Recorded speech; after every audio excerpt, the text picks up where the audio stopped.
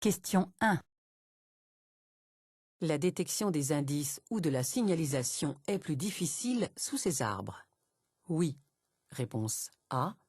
Non. Réponse B.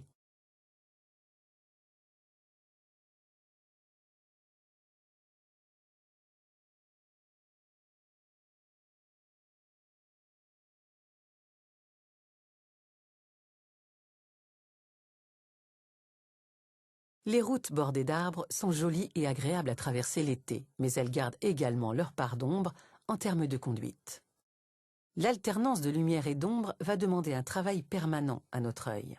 Celui-ci va devoir s'adapter continuellement aux changements de luminosité. Ce travail d'adaptation continue a ses limites. En cas d'insuffisance, il peut aboutir à une forme d'aveuglement qui fait que le conducteur peut manquer inconsciemment des indices ou la présence de la signalisation. Il n'y a pas de solution miracle, si ce n'est d'adapter son allure. Réponse A.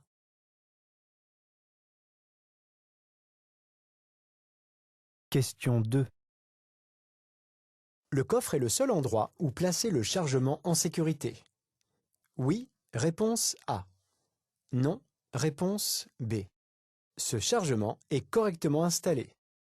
Oui, réponse C. Non, réponse D.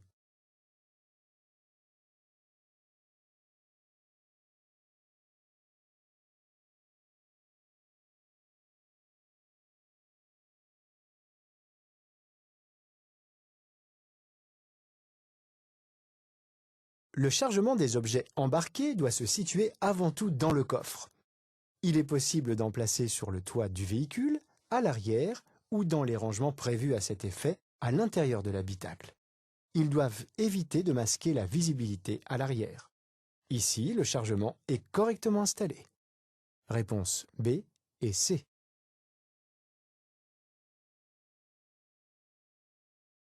Question 3. La bande cyclable est réservée aux cyclistes.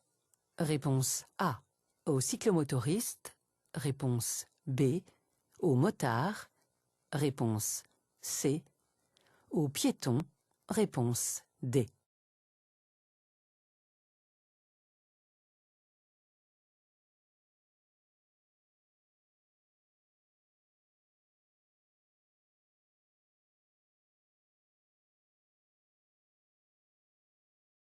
J'aborde un pont sur lequel la circulation se fait à sens unique. La bande cyclable qui borde la chaussée principale est relativement étroite.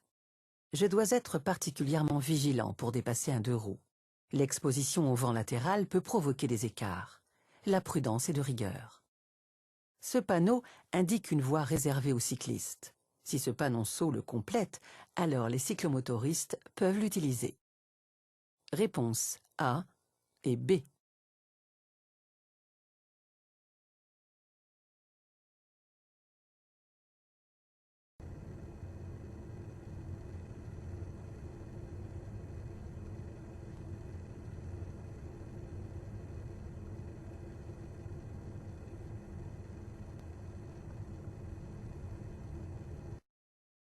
Question 4. Je maintiens ma position. Réponse A. Je serre à droite. Réponse B. Je serre légèrement à gauche. Réponse C.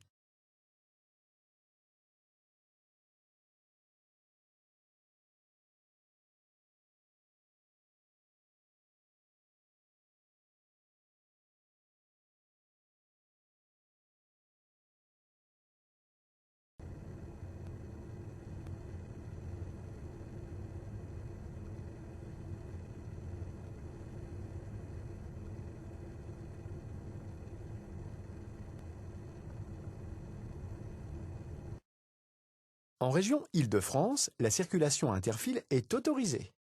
Elle permet à un deux roues ou à un trois roues de circuler entre les files de voitures à l'arrêt ou à vitesse réduite dans une forte circulation.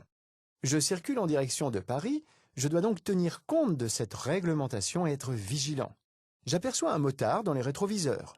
Je lui facilite le passage. Je suis suffisamment sur la droite et la circulation sur les zébras est interdite. Je maintiens ma position dans ma voie.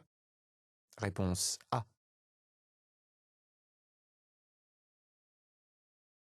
Question 5. Positionner son pied face au frein dans certaines situations permet d'être plus réactif. Oui. Réponse A. Non. Réponse B. Diminue le temps de réaction. Oui.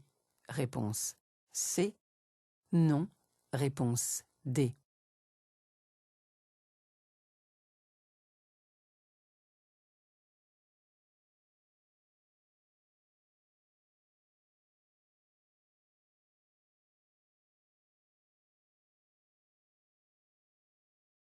L'anticipation est en conduite un des aspects permettant d'éviter les situations d'accident. Le temps de réaction et donc la distance d'arrêt peuvent être légèrement raccourcis si j'anticipe les situations qui peuvent se produire devant moi. Ainsi, positionner le pied au-dessus du frein après avoir détecté une situation, c'est pouvoir agir immédiatement, réduisant ainsi le temps de réaction. D'autre part, le fait de positionner le pied face au frein permet au conducteur d'être plus réactif si la situation de conduite se complique. Réponse A et C.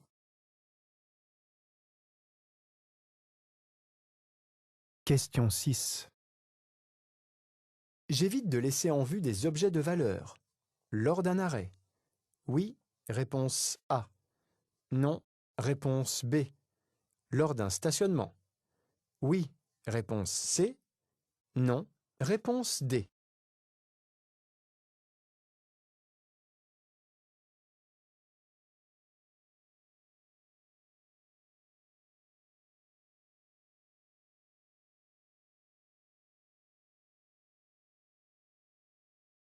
Lorsqu'on doit sortir d'un véhicule pour quelque raison que ce soit, il est fortement conseillé de ne rien laisser en vue. Les objets de valeur tels que les sacs à main, téléphones, portefeuilles ou autres GPS peuvent attirer des passants indélicats. Soyez vigilants et rangez vos affaires. Réponse A et C. Question 7. Une place égale une personne égale une ceinture. Oui, réponse A. Non, réponse B.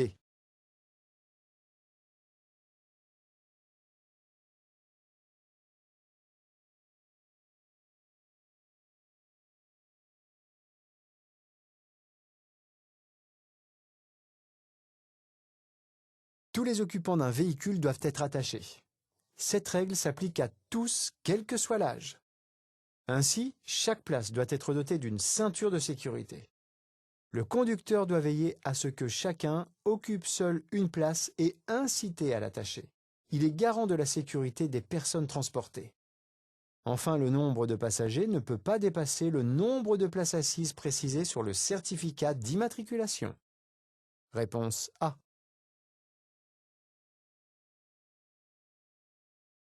Question 8. Pour sélectionner Drive sur une boîte automatique, j'appuie sur l'accélérateur. Réponse A. Sur le frein. Réponse B. L'embrayage. Réponse C.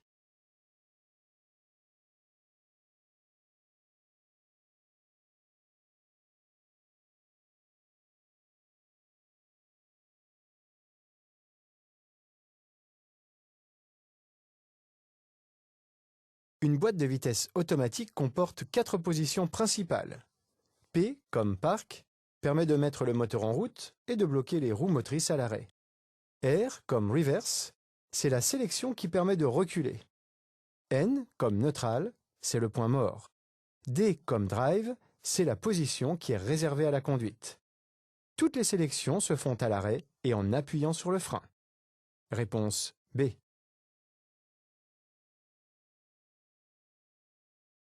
Question 9. Je laisse une distance de sécurité suffisante vers l'avant. Oui, réponse A. Non, réponse B.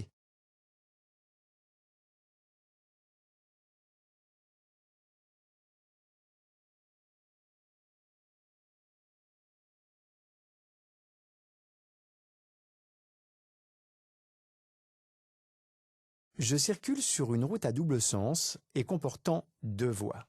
La vitesse est limitée à 80 km/h. À cette vitesse, je parcours environ 22 mètres par seconde. L'intervalle minimum obligatoire entre deux véhicules qui se suivent est de 2 secondes. Je devrais donc me trouver à environ 45 mètres de cette voiture.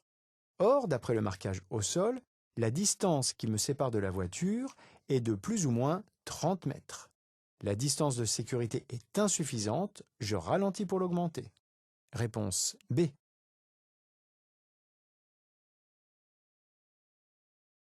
Question 10. La manche à air indique un vent. Venant de gauche. Réponse A. Venant de droite. Réponse B. Fort. Réponse C. Faible. Réponse D.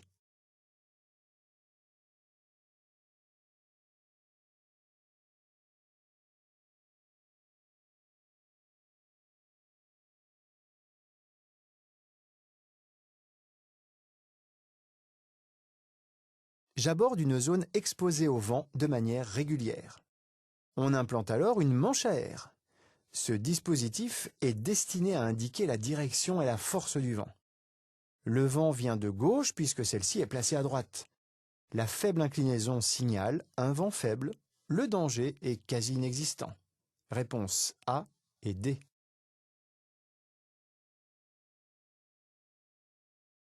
Question 11. Les piétons ont l'obligation d'utiliser les passages piétons. Dans tous les cas. Oui, réponse A. Non, réponse B. Si ce dernier est situé à moins de 50 mètres de leur position. Oui, réponse C.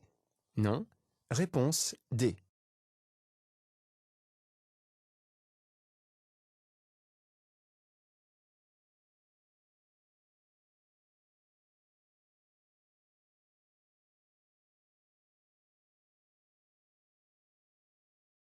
Les piétons ont l'obligation d'utiliser un passage piéton uniquement s'il se situe à moins de 50 mètres de leur position. Dans le cas contraire, ils devraient faire de grands détours pour se rendre jusqu'à l'un d'eux. Il se peut également qu'il n'y en ait pas du tout simplement. Ils ne sont donc pas tenus d'emprunter à tout prix les passages piétons. Notons tout de même que la situation est plus confortable. Les conducteurs s'attendent davantage à trouver des piétons sur les passages piétons, qui sont eux-mêmes matérialisés et annoncés par une signalisation particulière. Dans tous les cas, en présence de piétons, je reste prudent. Réponse B et C.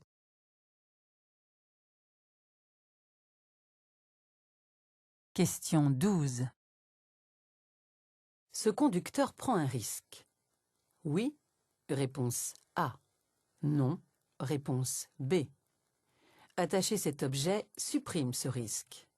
Oui, réponse C. Non, réponse D.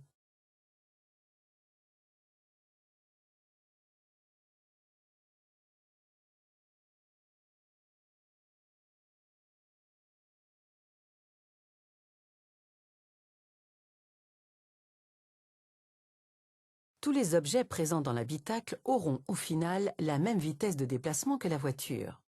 En choisissant de transporter cet objet à l'avant, ce conducteur prend un risque.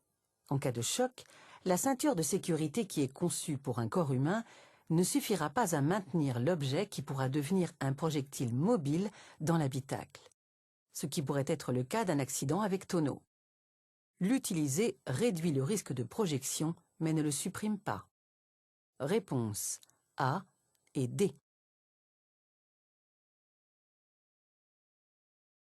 Question 13. Les 3 principaux facteurs d'accidents mortels sur autoroute sont vitesse. Réponse A. Alcool. Réponse B. Somnolence. Réponse C. Contresens. Réponse D.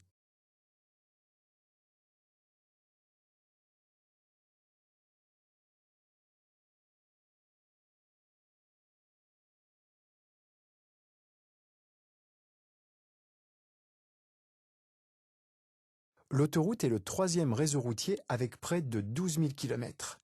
Mais c'est aussi le réseau le plus fréquenté par les usagers et le plus sûr. Plus de la moitié des accidents avec tués sont des automobilistes. Un usager sur 3 se tue seul dans un accident. Les principaux facteurs d'accidents mortels sont la vitesse, le tandem somnolence-fatigue et l'ensemble alcool, drogue, médicaments. Réponse A, B et C.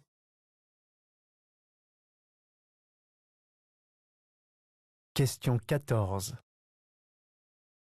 Pour changer efficacement les vitesses, ce conducteur tient compte du bruit du moteur. Réponse A. Du compte-tours. Réponse B. Du défilement du paysage. Réponse C.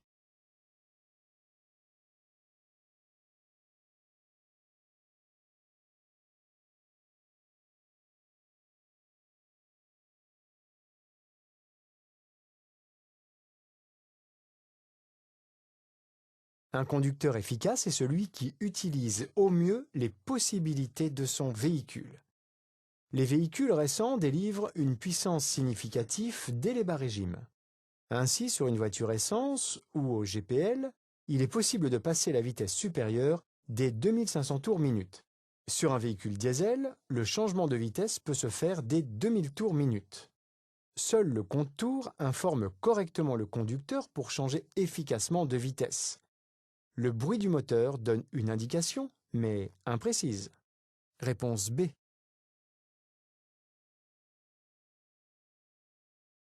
Question 15. Je maintiens l'allure. Oui, réponse A. Non, réponse B.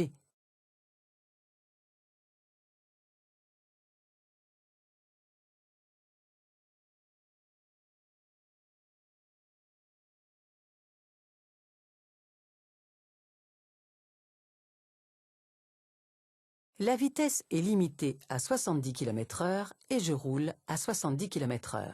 Je circule donc à la bonne allure. À cette vitesse, je parcours environ 21 mètres en 1 seconde. Pour une distance de sécurité correcte, il convient de laisser 2 secondes d'intervalle avec le véhicule précédent. Ainsi, à 70 km/h, il faut laisser 21 mètres par 2 secondes, soit une distance d'au moins 42 mètres. La distance est donc correcte. Je n'ai pas l'obligation de ralentir avant d'entrer dans un tunnel, je peux donc maintenir l'allure. Réponse A.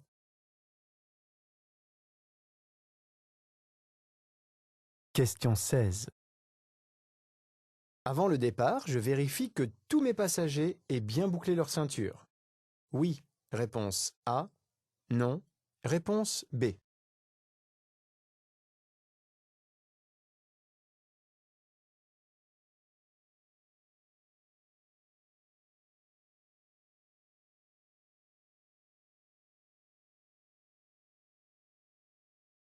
Aujourd'hui, l'efficacité de la ceinture n'est plus à démontrer. Elle protège les occupants de graves blessures. Pourtant, l'estimation du taux de port le jour n'est que de 90% pour les passagers. Le conducteur doit donc jouer son rôle et faire boucler la ceinture en veillant à ce qu'elle soit bien réglée. Réponse A.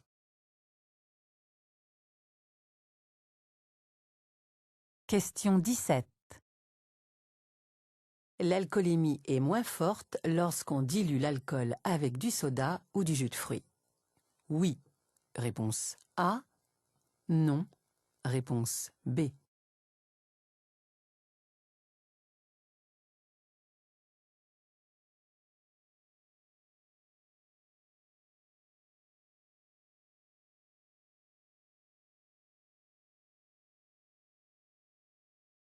L'alcoolémie, c'est le taux d'alcool dans l'organisme. Lorsqu'on boit de l'alcool, celui-ci passe dans le sang et se diffuse dans tout le corps. Ajouter de l'eau ou des diluants tels que des jus de fruits ou des sodas ne change en rien la quantité d'alcool contenue dans un verre. Chaque dose standard contient environ 10 grammes d'alcool pur. Ces mélanges rencontrent un certain succès auprès des jeunes car le goût de l'alcool est masqué. Mais les effets sur la santé et les risques de dépendance sont les mêmes qu'avec les boissons alcoolisées traditionnelles. Réponse B.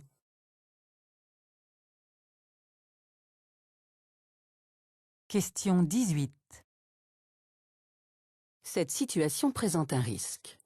Oui, réponse A. Non, réponse B. Je ralentis.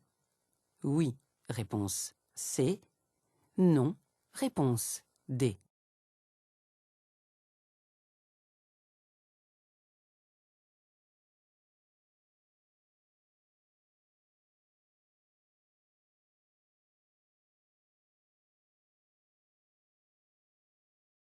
Je vais croiser un ensemble agricole a priori d'une longueur conséquente. Si le tracteur semble à sa place dans la voie, rien n'est moins sûr quant à la remorque. D'autant que ce tracteur est équipé d'un outil porté sur l'avant, ce qui rallonge encore plus l'ensemble. Sachez également qu'un tracteur agricole peut tracter 2 remorques. Il est fort possible que la fin de l'ensemble empiète ma voie de circulation. Par prudence, je ralentis et je m'arrête si nécessaire pour laisser cet ensemble négocier ce virage. Réponse A et C.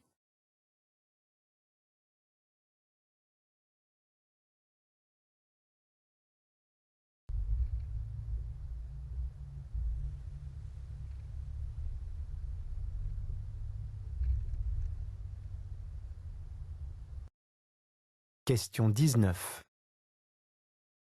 Le moteur vient de se couper automatiquement grâce au stop and start, réponse A.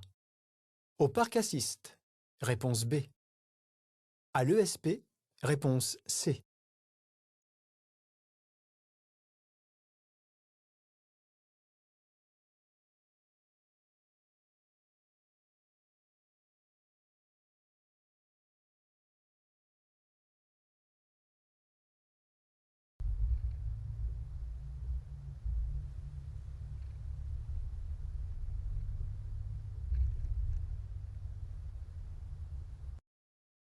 Un système ingénieux très récent permet une coupure automatique d'un moteur lorsqu'on est à l'arrêt.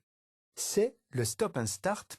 Une fois qu'il est coupé, une simple action sur les commandes qui simule un redémarrage le remet en route automatiquement. Exemple, appuyez à nouveau sur l'embrayage, etc. C'est un système assez pratique pour la conduite en ville, surtout dans les grandes métropoles où les embouteillages font partie du quotidien des conducteurs. Dans les agglomérations où la circulation est très dense, l'économie de carburant peut avoisiner les 15%. Réponse A. Question 20. Le dispositif antivol de la voiture est installé sur la colonne de direction. Oui, réponse A. Non, réponse B. Il bloque le volant. Réponse C. Le moteur. Réponse D.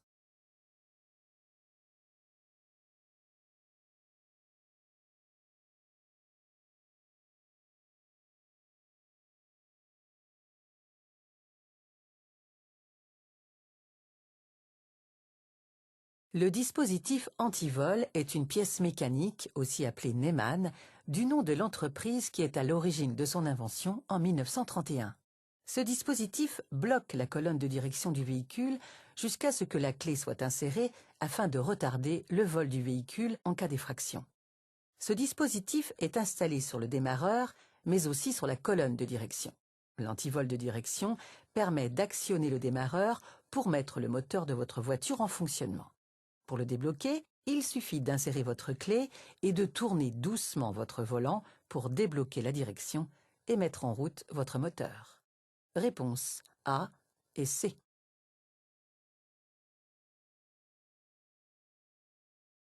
Question 21. L'utilisation du téléphone en conduisant peut entraîner une fixité du regard. Réponse A. Une surcharge mentale. Réponse B. Une diminution du temps de réaction. Réponse C. Une diminution de la vigilance. Réponse D.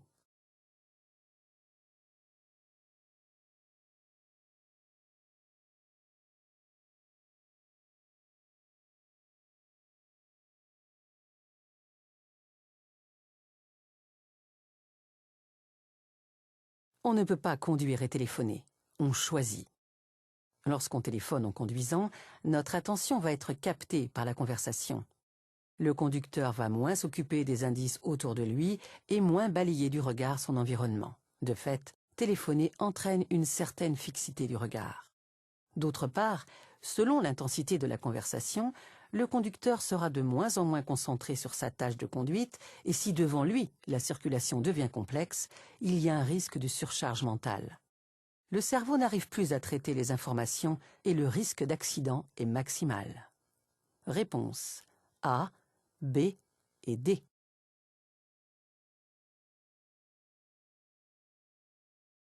Question 22. Il est possible de changer de voie si la voie de gauche avance plus vite. Oui. Réponse A. Non. Réponse B. La voie de droite avance plus vite. Oui. Réponse C. Non. Réponse D.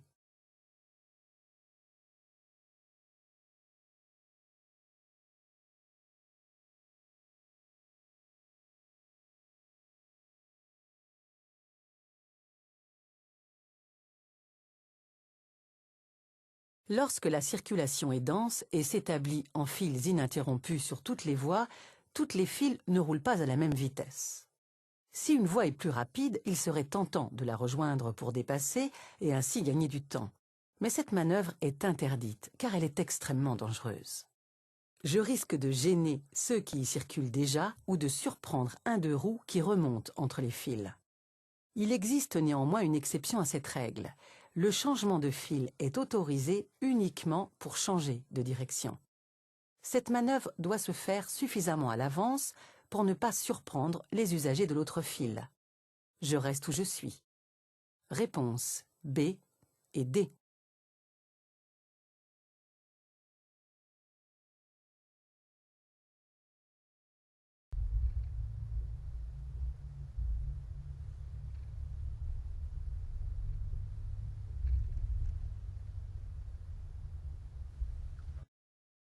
Question 23.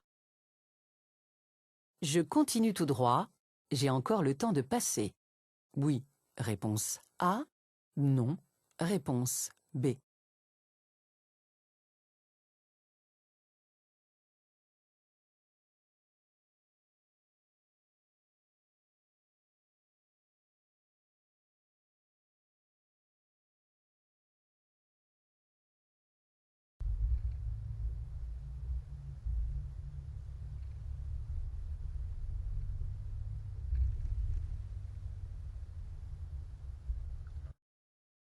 Que dois-je faire lorsque le feu passe au jaune fixe?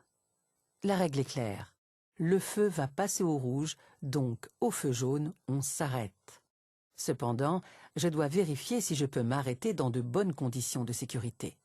La distance restant à parcourir jusqu'au feu est suffisante pour s'arrêter. À 26 km/h, il faut environ une dizaine de mètres pour s'arrêter, ce qui est le cas ici.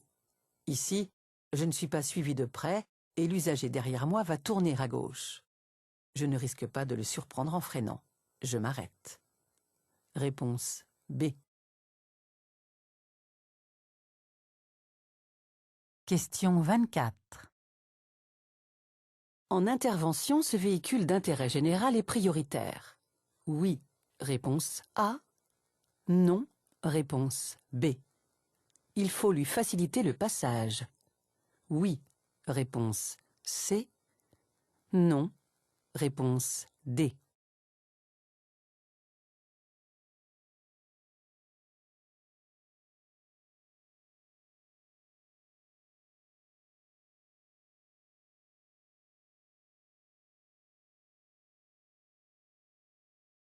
Ce véhicule est un véhicule d'intervention d'urgence pour les infrastructures électriques.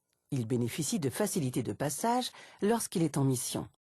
Dans ce cas, il fait usage de ces avertisseurs spéciaux. Mais ce véhicule doit respecter les règles de priorité aux intersections. Ce n'est donc pas un véhicule prioritaire. Tous ces véhicules bénéficient de facilités de déplacement lors de croisements, dépassements, stationnements ou relatifs à la limitation de vitesse, à la circulation sur autoroute ou sur route express. Lorsqu'ils sont en mission, ils utilisent un gyrophare bleu à éclat et une sirène 3 tons. Il convient donc de leur faciliter le passage. Réponse B et C.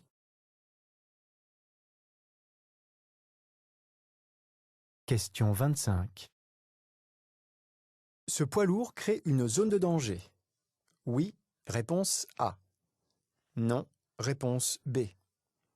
Je place le pied face au frein. Oui, réponse C. Non, réponse D.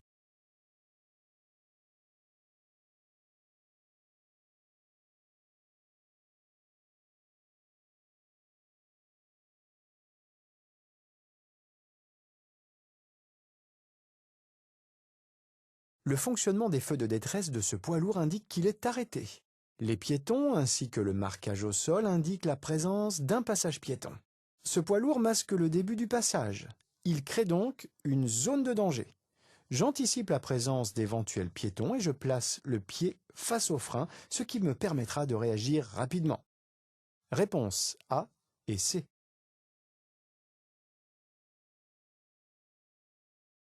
Question 26.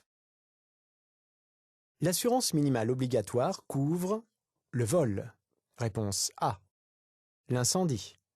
Réponse B. Le vandalisme. Réponse C. Les dégâts causés aux autres. Réponse D.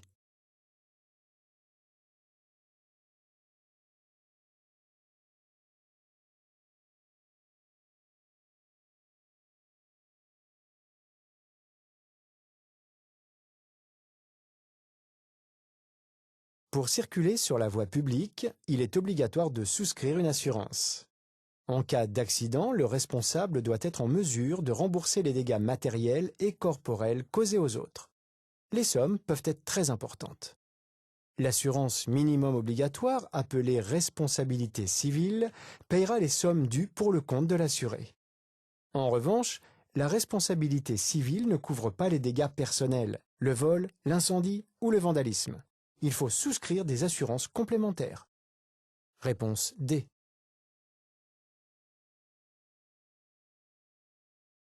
Question 27. Le réglage des rétroviseurs s'effectue avant le réglage du siège et du dossier. Réponse A. Après le réglage du siège et du dossier. Réponse B. Sans ordre précis. Réponse C.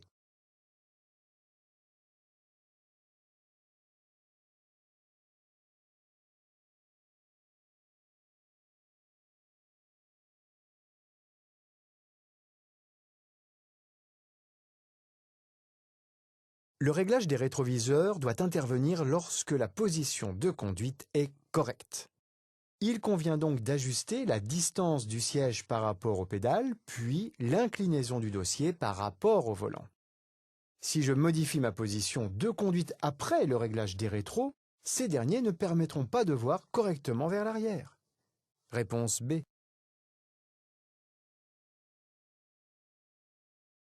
Question 28. Le risque d'accident est plus important chez un conducteur dont la consommation moyenne de carburant est élevée. Oui, réponse A. Non, réponse B.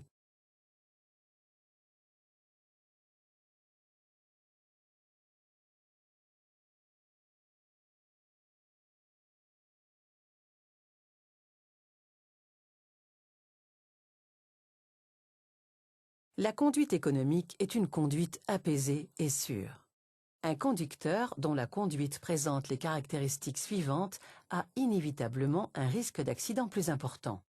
Vitesse maximale élevée, freinage à des vitesses élevées, nombreux coups de frein, accélération maximale élevée, nombreux changements de vitesse. Ces caractéristiques démontrent une conduite à risque. L'éco-conduite, c'est moins d'accidents, moins de CO2, moins cher. Réponse A.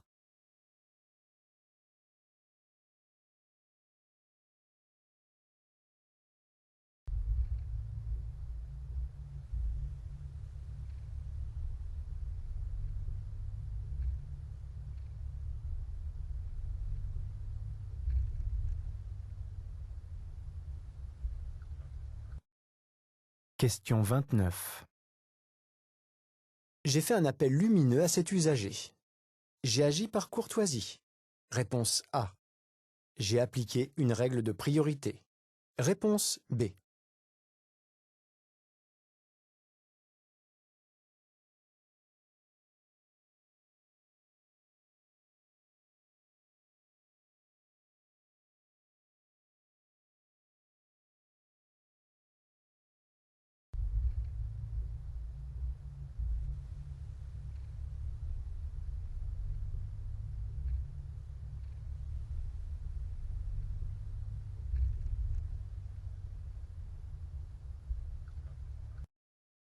le code de la route établit des règles qui permettent de faciliter la cohabitation entre tous les usagers.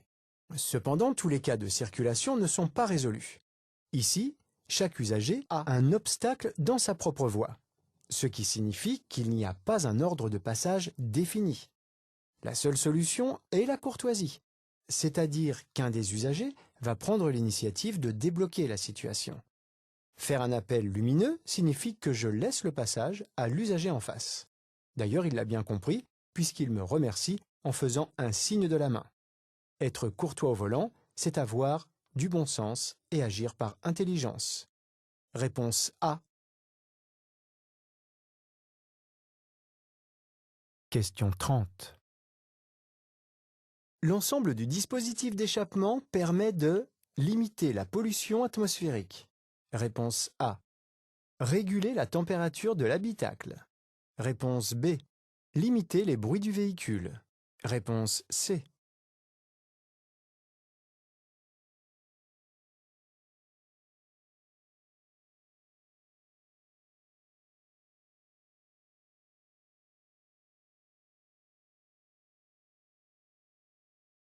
Un moteur de voiture est appelé moteur à explosion ou combustion interne. En effet, pour produire l'énergie, il est nécessaire de faire une combustion dans le moteur, ce qui génère un bruit important. Pour l'atténuer, on fait passer les gaz d'échappement dans différentes tubulures comme le pot de détente. En freinant ces gaz, on réduit donc leur bruit.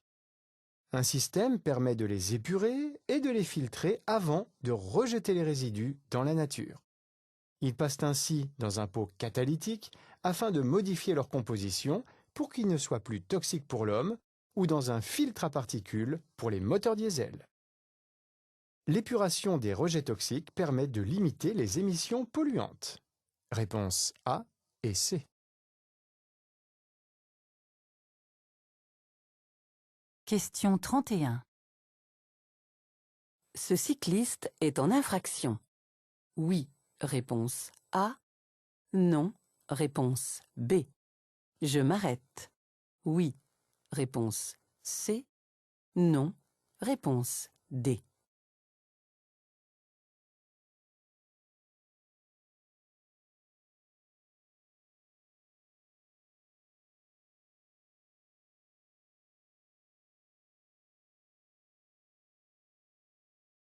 Je circule dans un double sens cyclable, cette marque au sol le confirme. Ce qui signifie que la rue est à sens unique pour les véhicules motorisés, mais ouverte dans les deux sens pour les vélos. Je dois faire attention aux usagers fragiles. Ici, la rue est étroite, le croisement s'annonce difficile. Je m'arrête pour laisser le temps à ce cycliste de se ranger dans l'espace à gauche. Je pourrai ainsi poursuivre ma route en toute sécurité. Réponse B et C.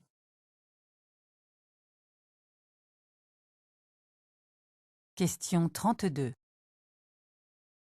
Je vais rencontrer un passage à niveau. À 150 mètres. Réponse A. À 300 mètres. Réponse B. J'anticipe l'arrêt.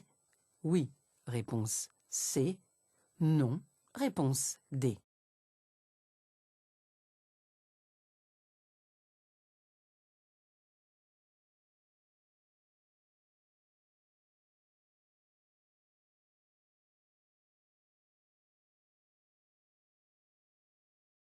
Le pictogramme annonce un passage à niveau. La mention fermée indique que la barrière du passage à niveau est abaissée. Ce panneau, lorsqu'il s'allume, a pour objet de prévenir le conducteur suffisamment à l'avance, environ 300 mètres. C'est au conducteur d'adapter son allure pour ne pas être surpris par des barrières fermées en bas de cette descente. Réponse B et C.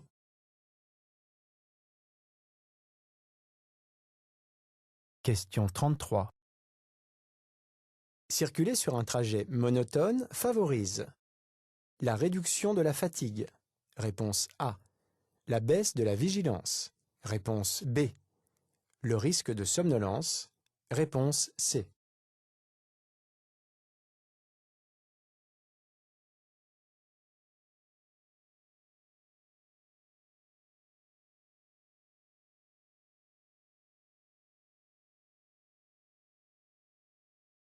Lorsque l'environnement est identique, sans événement majeur, une route plate, bien droite, le tout avec une météo excellente, le conducteur estime qu'il n'y a pas de danger facilement identifiable et va inconsciemment relâcher sa vigilance. Cela peut se traduire par une augmentation de l'allure, une distraction plus forte, moins d'observation dans les rétroviseurs, des distances de sécurité moins respectées. Et c'est souvent là que l'accident survient. La monotonie d'un trajet favorise également la somnolence. C'est d'autant plus vrai sur autoroute. Le tandem somnolence-fatigue est responsable de près de 20% des accidents mortels sur autoroute. Un accident sur 2 est une perte de contrôle en ligne droite. Donc faites des pauses dès que vous sentez la fatigue arriver. Réponse B et C.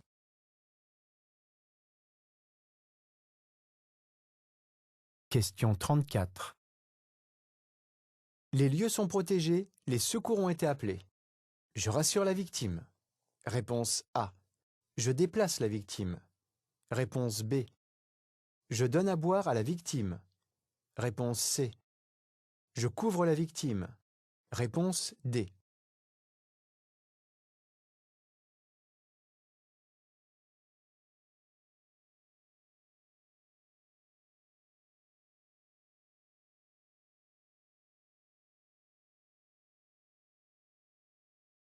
Lorsqu'on arrive le premier sur les lieux d'un accident, il faut tout d'abord sécuriser la zone, puis appeler les secours. Ensuite, il faut s'occuper des victimes. Une victime peut avoir des lésions internes graves, il ne faut pas lui donner à boire ou à manger. Savoir déplacer une victime nécessite une solide formation pour ne pas aggraver ses blessures. Il vaut mieux attendre les secours. En revanche, sans connaissance particulière, je peux la rassurer et la couvrir. Réponse A et D.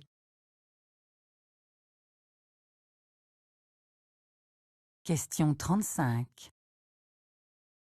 Le régulateur adaptatif aide au maintien de la vitesse. Oui.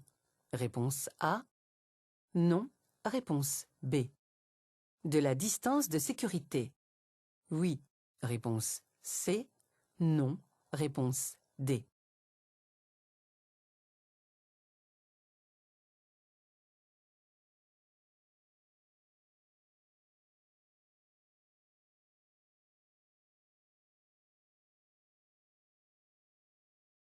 Les aides à la conduite sont de plus en plus présentes sur les véhicules récents.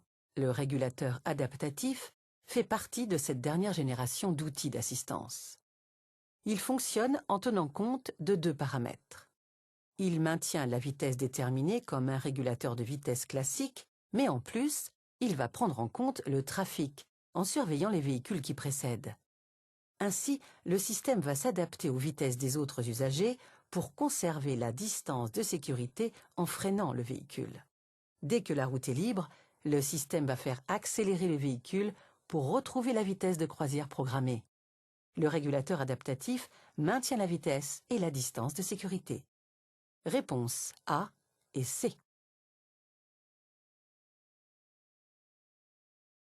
Question 36. À partir de ce panneau, les conducteurs novices sont limités à 60 km/h. Réponse A. À 70 km/h. Réponse B.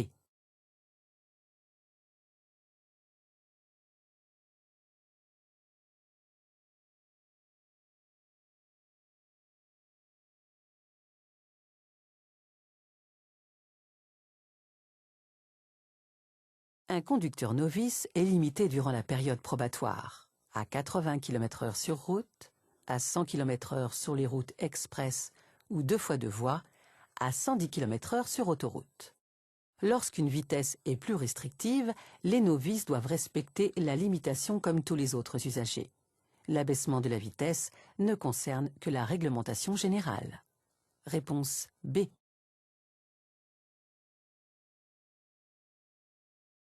Question 37. L'indice le plus important est le A. Réponse A. Le B. Réponse B. Je suis sûr que cet automobiliste va s'arrêter.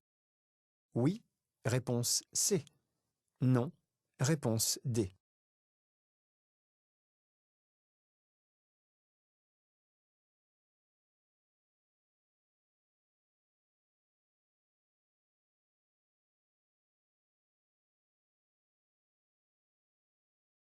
Je circule à l'intérieur d'un carrefour à sens giratoire.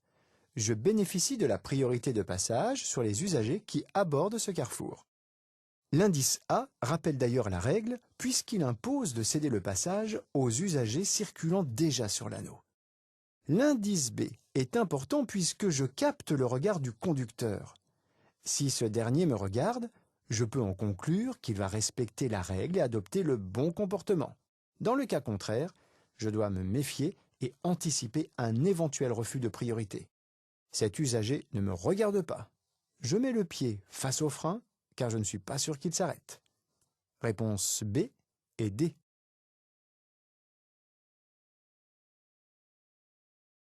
Question 38. Les équipements favorisant l'écoconduite sont le régulateur de vitesse. Réponse A. Le stop and start. Réponse B. L'ordinateur de bord. Réponse C. L'ESP. Réponse D.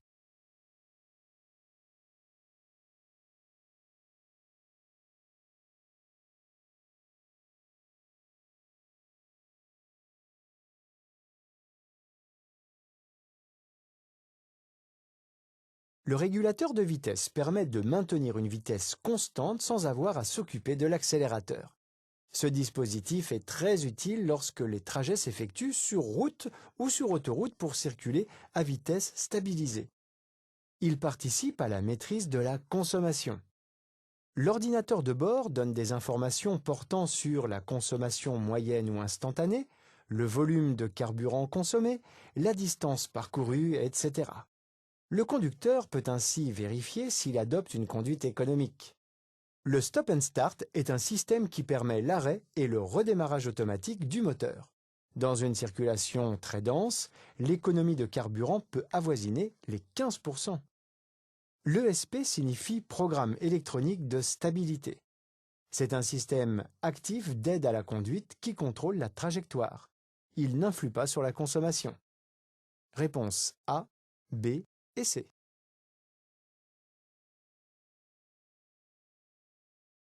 Question 39. La transparence du pare-brise et des vitres latérales est correcte si la transmission de lumière est d'au moins 50%. Réponse A. 70%. Réponse B.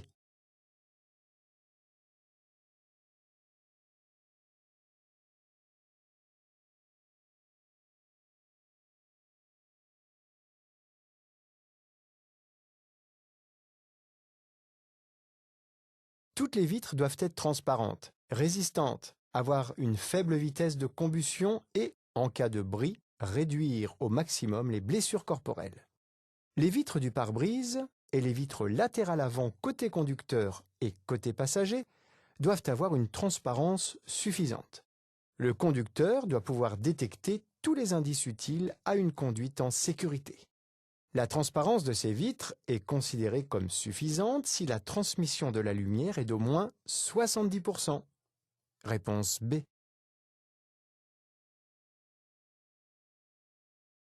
Question 40. Le contrôle de la vitesse est possible. En un point du chantier. Oui. Réponse A. Non. Réponse B. Sur toute la longueur du chantier. Oui. Réponse C. Non. Réponse D.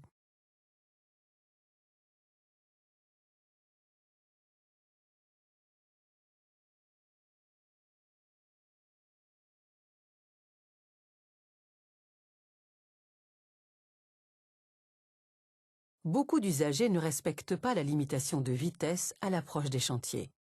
Or, de nombreux accidents sont survenus durant leur traversée. Les radars de chantier, également appelés autonomes, peuvent être installés en un point fixe, mais aussi sur toute la longueur des travaux. Ils permettent de sécuriser les lieux en faisant ralentir les usagers. Réponse A et C.